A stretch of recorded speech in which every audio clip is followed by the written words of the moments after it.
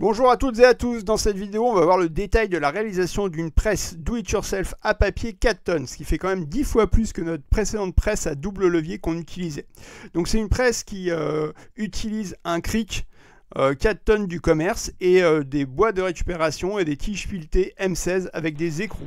Donc c'est une presse à papier, je commence par faire du papier évidemment et à coucher mes feuilles sur des feutres. Une fois que j'ai un bon paquet de feuilles et que je vais pouvoir passer à la presse, donc je prends un plateau qui est en fait un plan de travail récupéré en aggloméré. J'ai mis mes feuilles sur un film PVC que je replie de manière à garder l'eau, à évacuer l'eau plus facilement.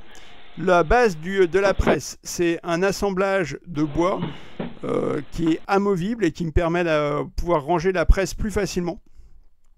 La presse en elle-même est constituée donc de 2 traverses et de 2 tiges filetées. La traverse basse en chêne que j'ai renforcée avec une plaque métallique et la traverse haute maintenue par une ficelle également avec une plaque métallique et une plaque métallique aussi en bas pour au niveau du point d'appui du vérin. Et donc la ficelle est tenue par des écrous.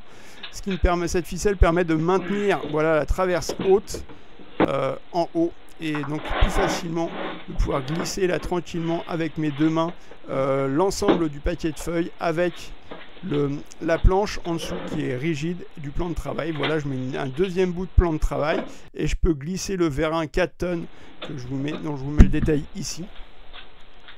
On règle le niveau de la traverse haute, important pour pas que ça glisse et qu'on ait une déformation et une mauvaise pression avec les écrous. L'avantage de ces écrous aussi, c'est que ça nous permet d'avoir différentes hauteurs et de pouvoir avoir des paquets de feuilles de différentes hauteurs et de pouvoir les mettre en pression tranquillement, quelle que soit la hauteur de ce paquet.